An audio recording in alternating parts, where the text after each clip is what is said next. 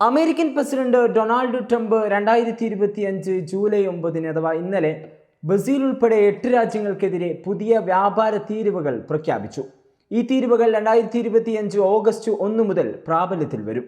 ഈ നടപടി ട്രംപിന്റെ പരസ്പര വ്യാപാരം എന്ന നയത്തിന്റെ ഭാഗമാണ്. അമേരിക്കയുമായുള്ള വ്യാപാര അസന്തുലനം പരിഹരിക്കാനും അമേരിക്ക വ്യവസായങ്ങളെ സംരക്ഷിക്കാനും ലക്ഷ്യമിടുന്നു. ഈ രാജ്യങ്ങൾക്ക് അയച്ച കത്തുകൾ ട്രംപ് തൻ്റെ സോഷ്യൽ മീഡിയ പ്ലാറ്റ്ഫോമായ ട്രൂത്ത് സോഷ്യലിൽ പോസ്റ്റ് ചെയ്തിരുന്നു. ഇത് അന്താരാഷ്ട്ര വ്യാപാര രംഗത്ത് വലിയ ചർച്ചയ്ക്ക് വഴിവെക്കും. ബ്രസീൽ 50% തീരുവ, ഏപ്രിലിൽ പ്രഖ്യാപിച്ച 10% തീരുവയിൽ നിന്ന് ഗണ്യമായ വർധനവാണ് ഇത്. ബ്രസീൽ മുൻ പ്രസിഡന്റ് ജെയർ ബോൾസനാരോയ്ക്ക് എതിരായ നിയമവിരുദ്ധ വേട്ട എന്ന് ട്രംപ് വിശേഷിപ്പിച്ച വിചാരണയും അമേരിക്കയുമായുള്ള നീതിരഹിതമായ വ്യാപാര ബന്ധവും ഈ ഉയർന്ന തീരുവയ്ക്ക് കാരണമായെന്ന് ട്രംപ് ചൂണ്ടിക്കാട്ടുന്നു. ഈ തീരുവ മറ്റ് സെക്ടറൽ തീരുവകളിൽ നിന്ന് വേർതിരിച്ചാണ് ഏർപ്പെടുത്തിയിരിക്കുന്നത്. അൾജീരിയ, ഇറാഖ്, ലിബിയ, ശ്രീലങ്ക ഇവയ്ക്ക് 30% തീരുവ ഏപ്രിലിൽ പ്രഖ്യാപിച്ച തീരുവകളെക്കാൾ കുറവാണ്.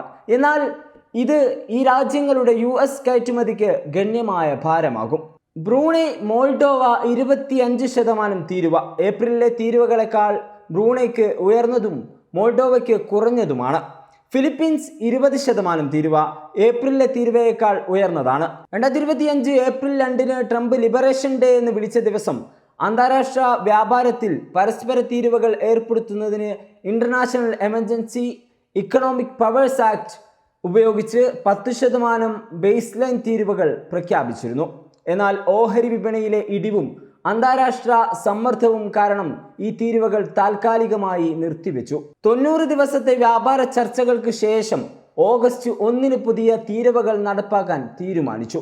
ഈ 8 രാജ്യങ്ങൾക്ക് പുറമെ ജപ്പാൻ, ദക്ഷിണ കൊറിയ, തായ്ലാന്റ് തുടങ്ങി 14 രാജ്യങ്ങൾക്ക് നേരത്തെ തീരുവ ഭീഷണി ഉയർത്തിയിരുന്നു.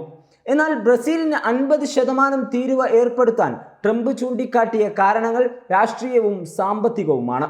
ബോൾസനാരോ ട്രംപിന്റെ രാഷ്ട്രീയ സഖ്യകക്ഷിയാണ്. 2022 തെരഞ്ഞെടുപ്പ് തോൽവി അംഗീകരിക്കാതെ കലാപശ്രമം നടത്തിയെന്ന കുറ്റത്തിന് വിചാരണ നേരിടുകയാണ് അദ്ദേഹം. ട്രംപ് ഇതിനെ നീതിരഹിത വേട്ട എന്ന് വിശേഷിപ്പിച്ചു. കൂടാതെ ബ്രസീലിന്റെ സെൻസർഷിപ്പ് നടപടികളും സ്വതന്ത്ര തെരഞ്ഞെടുപ്പിനെതിരായ ആക്രമണങ്ങളും ട്രംപ് വിമർശിച്ചു. എന്നാൽ 2024 അമേരിക്ക ബ്രസീലുമായി $7.4 ബില്യൺ വ്യാപാരം മെച്ചം നേടിയിരുന്നു.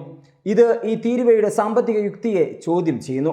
ബ്രസീലിന്റെ ഇപ്പോഴത്തെ പ്രസിഡന്റ് ലൂല ഡാ സിൽവ ഈ ഏകപക്ഷീയ തീരുവയ്ക്ക് ബ്രസീലിയൻ നിയമപ്രകാരം പരസ്പര സാമ്പത്തിക നടപടികളിലൂടെ പ്രതികരിക്കുമെന്ന് അദ്ദേഹം പ്രതികരിച്ചു. അൾജീരിയ, ഇറാഖ്, ലിബിയ, ശ്രീലങ്ക ഈ രാജ്യങ്ങൾ US പ്രധാന വ്യാപാര എതിരാളികളല്ല. തീരുവകൾ അമേരിക്കൻ ഇറക്കുമതിക്കാർക്കും ഉപഭോക്താക്കൾക്കും ചിലവ് വർദ്ധിപ്പിച്ചേക്കും. 2025 ശരാശരി US കുടുംബത്തിന് $1200 അധിക നികുതി ഭാരമുണ്ടാകുമെന്ന് ടാക്സ് ഫൗണ്ടേഷൻ കണക്കാക്കുന്നു. ചൈന, കാനഡ, യൂറോപ്യൻ യൂണിയൻ തുടങ്ങിയവ US കയറ്റുമതിക്ക് പ്രതികാര തീരുവകൾ ഏർപ്പെടുത്തിയിട്ടുണ്ട്. ഇത് വ്യാപാര യുദ്ധത്തിന് വഴിയൊരുക്കുന്നു.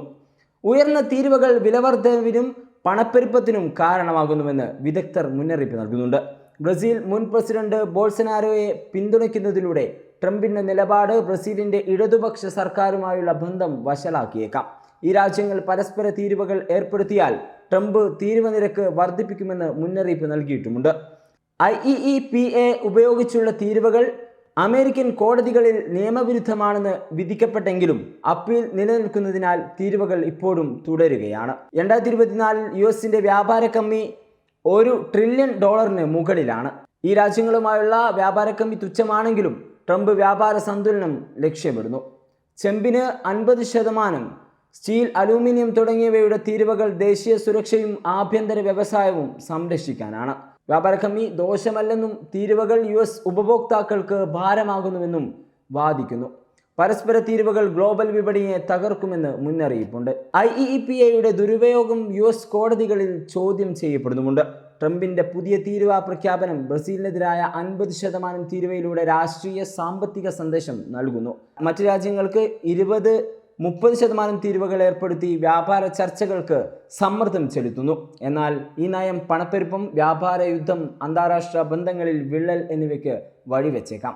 ബ്രസീലിന്റെ പ്രതികരണവും മറ്റ് രാജ്യങ്ങളുടെ നിലപാടും ഈ തീരുവകളുടെ ഭാവി ആഘാതം കണക്കാക്കപ്പെടും.